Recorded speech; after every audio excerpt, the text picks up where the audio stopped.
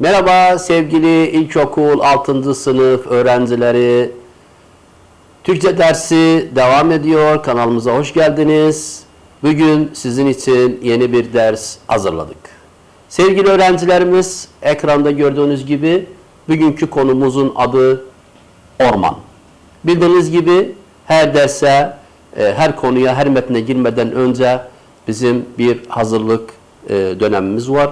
O hazırlığı yaptıktan sonra, o hazırlığı çözdükten sonra konumuza geçelim, konumuzu okuyalım. Evet sevgili öğrencilerimiz, bir bakalım hazırlık metne hazırlanalım. Nasıl hazırlanalım metne? Şuradaki maddeleri okuyalım. A maddesindeki bilgi aşağıdaki atasözleriyle ilgili duygu veya düşüncelerinizi açıklayınız. Burada kitabımız bize 3 tane atasözü vermiştir.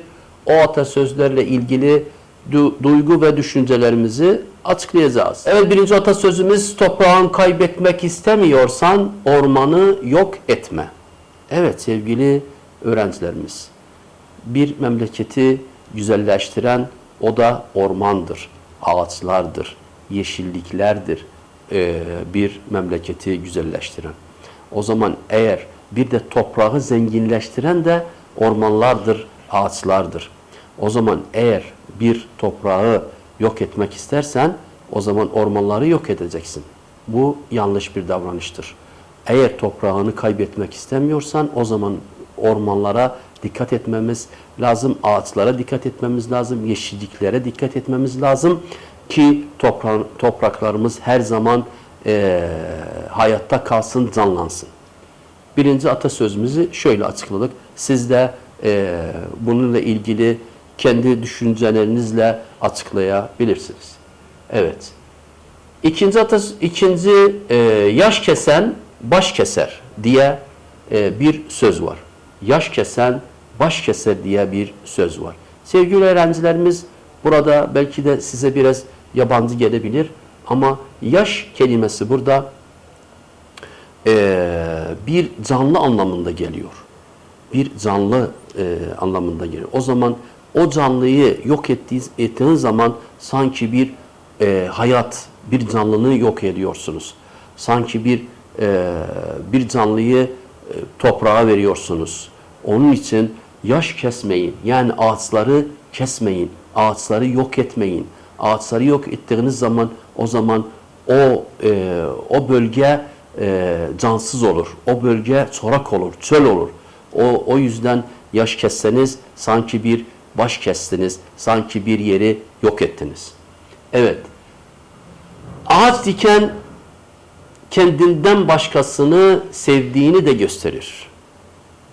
Ağaç diken insan, fidanları diken insanlarda içerisinde bir duygu olur. Duygusal insan olur.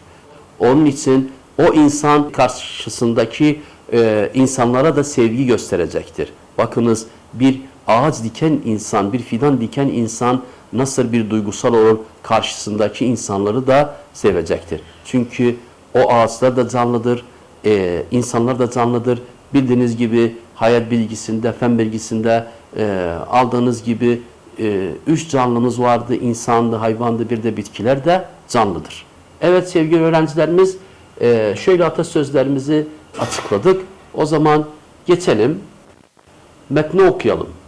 Her zamanki gibi metni okuma yöntemlerimiz vardı. Bu sefer bakalım yöntemimiz nasıldı? Kitabımız bizden hangi yöntemle bu metni okumayı tercih ediyor? Orman adlı metni ezberleyerek okuma yöntemiyle okuyunuz. Evet sevgili öğrencilerimiz, şimdi az sonra orman metni karşımıza gelecek. Orman metnini kitabımız bizde ezberleyerek okumamızı istiyor. Peki ezberlemek nasıl olacak? Hangi yöntemle ezberleyeceğiz? Burada bilgi kutumuz var. Bilgi kutudaki bilgileri okuyalım bakalım ezberleme yöntemi nasıldır? Bu yöntemde amaç öğrencilerin hafızalarını güçlendirmektir. Güzel.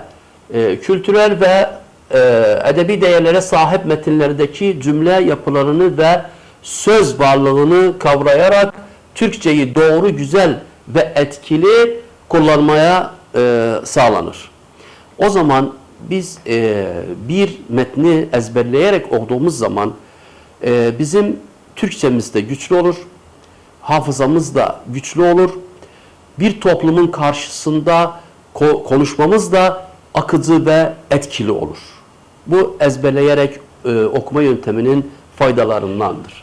Ezberleme yönteminde öğrenciler şiir ezberlemek için ne yaparlar? 20 dakika. Lütfen buraya dikkat ediniz. 20 dakika süre verilir. Bir şiiri, orman şiirini mesela ezberlemek için 20 dakika süreniz olabilir. 20 dakikada o şiiri ezberleyebilirsiniz. Ardından şiiri bütün öğrencilere ezbere okutulur. Öğretmeniniz bunu sizin içinde sınıf içinde bu şekilde yapacak. 20 dakika süre verir. O 20 dakikada siz o şiiri ezberleyeceksiniz. Ondan sonra kitaplar kapatılıp o şiiri tüm sınıfça o şiiri ezberleyerek okunur. Evet sevgili öğrencilerimiz, hazırlık dönemimiz ormanla ilgili bu şekildeydi. O zaman hemen zaman kaybetmeyelim. Orman şiirimizi okuyalım. Evet sevgili öğrenciler, her zamanki gibi resimlerde belki de yorum yapabiliriz. Buradaki resimleri görüyorsunuz. Buradaki resmi görüyorsunuz. Ne güzel bir orman, ne güzel burada yeşillik, insan görünce gözleri rahatlıyor ve canlanıyor. Evet, şiirimiz orman. Sevgili öğrencilerimiz, siz de dikkat ediniz. Şiiri okuyacağız.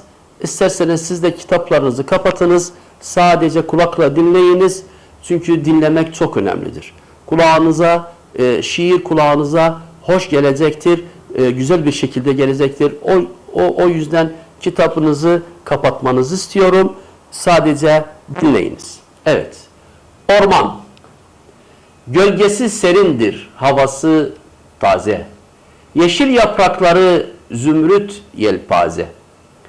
Yazın ortasında istersen bahar, bir gün ormanda kal akşama kadar.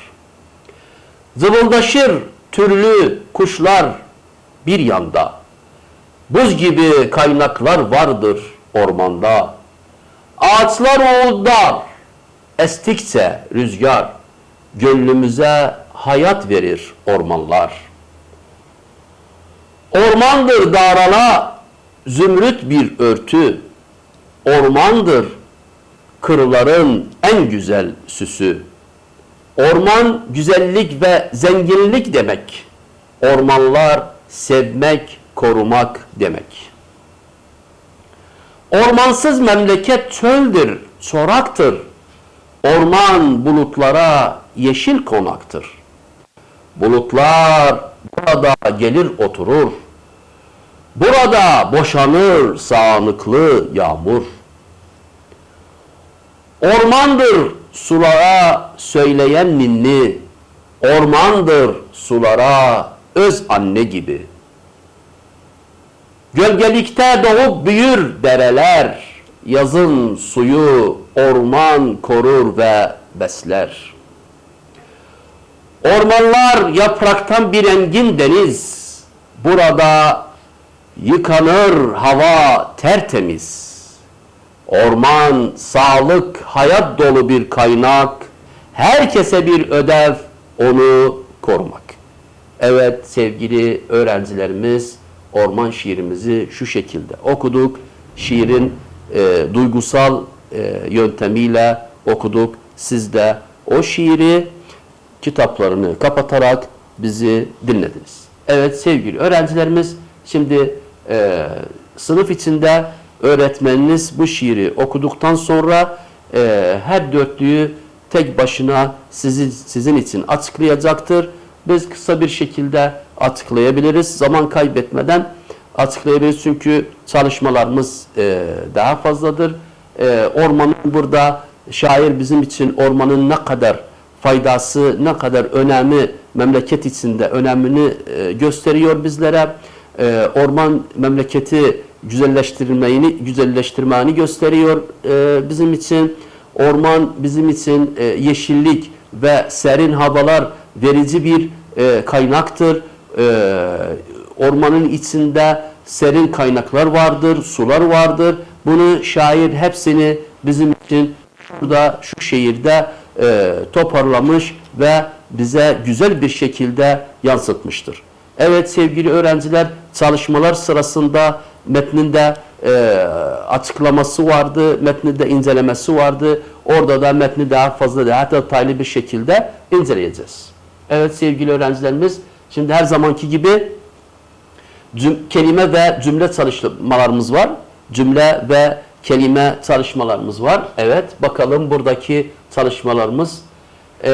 A maddesindeki taze, bayat, güzellik, çirkinlik ve çorak, verimli kelimeleri arasında nasıl bir ilişki vardır? Onu açıklayınız, söyleyiniz. Evet sevgili öğrenciler, bir ders önce eğer hatırlarsanız kelimeler anlamına göre eş anlamlı kelimeler, karşıt anlamlı ya da zıt anlamlı kelimeler almıştık.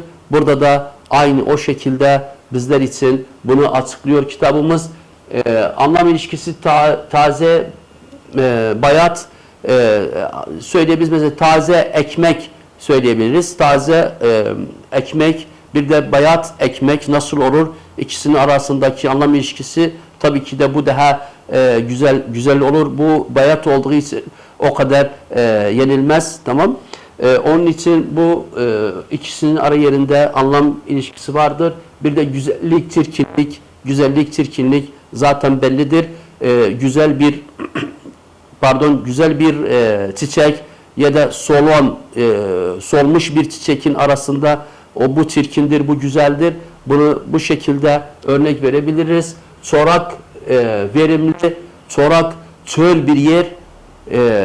Çöl bir yerde nasıl siz bir fotoğrafa baktığınız zaman çöl bir yere baktığınız, bir de verimli, bahçeli bir yere baktığınız, hangisi sizin için daha güzel, göze daha güzel gelir? Tabii ki de o bahçeli yer, o çöl yerden daha güzel gelir. Bunun arasındaki şu şekilde bir anlam ilişkisi vardır. O zaman bakalım bilgi kutusunda yukarıdaki kelimelerin arasındaki anlam ilişkisiyle ilgili neler söylüyor? Anlamca birbirine karşıt olan kelimelere zıt anlamlı kelimeler denir. Evet, bundan önce de söylemiştik. Peki taze, bayat, güzellik, çirkinlik ve çorak, verimli kelimeleri zıt anlamlı kelimelerdir. Dilimizde şimdi burada bir not alalım. Burada önemli bir not alalım. Dilimizde her kelimenin karşıtı yoktur. Her kelimenin karşıtı yoktur. Cümle içinde anlam farklılığı olabilir. Buna dikkat etmemiz lazım. Mesela örnek olarak çalışkan, tembel, gitmek, gelmek, uzun, kısa, tutmak, bırakmak, bunlara bir bakalım. Not, karşılıklar kelimelerin cümle içinde anlamlarına göre farklı olabilir. Nasıl? Şuraya bir bakalım. Şu cümleye bir bakalım. İki cümlemiz var. İki cümlede de aynı kelimeler kullanılmıştır. Ama kelimelerin arasındaki farklara dikkat edelim. Dost kara günde belli olur. Dost kara günde belli olur. Siz bildiğiniz gibi kara renk anlamındadır. Kara bir siyah anlamında, eş anlamı siyah anlamındadır. Ama şu cümleye bir dikkat edin. Dost kara günde belli olur. Peki buradaki kara siyah anlamındadır? Tabii ki de hayır. Bu cümlede kara kelimesi karşıt anlamı iyi kelimesidir. Karşıt anlamı karanın bu cümledeki karşıt anlamı iyi. Çünkü burada kara burada kötü anlamında kullanılmıştır. Kötü anlamında kullanılmıştır. Onun için burada cümlede anlamı farklıdır. İkinci cümleye bakalım. İkinci cümlede kara renkte bir top da hiç görmemiştim. Kara renkte bir top hiç görmemiştim. Bundan önce hiç görmemiştim. Burada kara renk anlamındadır. O zaman cümle içinde dikkat etmemiz lazım. Kelimelere dikkat etmemiz lazım. Her kelimenin karşıt anlamı yoktur. O zaman cümleye dikkat etmemiz lazım. Evet sevgili öğrencilerimiz, bu cümlede kara kelimesi karşıt anlamı beyazdır.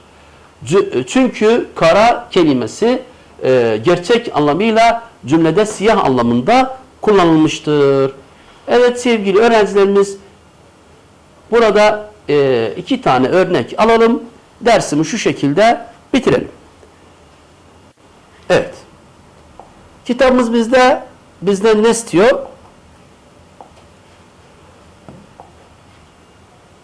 Siz de zıt anlamlı 2 kelime çifti bulunuz ve bunları cümle içinde kullanınız. 2 tane kelime bulabilirsiniz.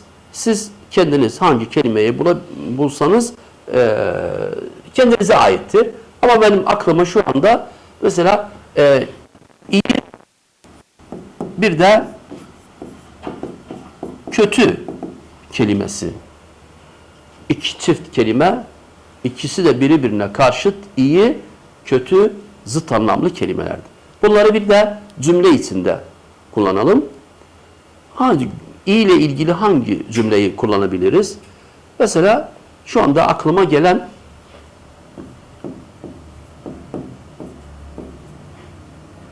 iyi arkadaş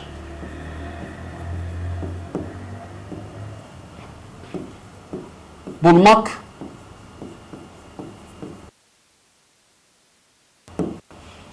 aklıma bu cümle geldi. İyi arkadaş bulmak zordur. Peki bunun kötü, buradaki kelimemiz iyi. Peki kötü kelimesini cümlede kullanalım.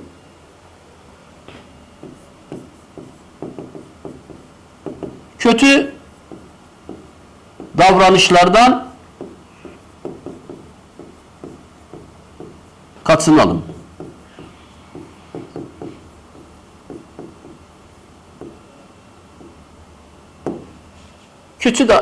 Kötü davranışlardan kaçınalım. 2 çift kelimemiz. Burada da kötü kelimesini kullandık. Cümle birbirine karşıt olan kelimeleri de cümlede kullandık. Siz de kitabınızda bu 2 kelimeyi cümlede kullanabilirsiniz. Başka kelimeler de bulabilirsiniz. Bir sürü zıt anlamlı, karşıt anlamlı kelimelerimiz vardır. Evet sevgili öğrencilerimiz, bugün de dersimiz bu kadar. Bizi dinlediğiniz için teşekkür ederiz. Kanalımızı sakın kaçırmayınız. Gelecek ders için hepinizi Allah'a ısmarladık. Hoşça kalın.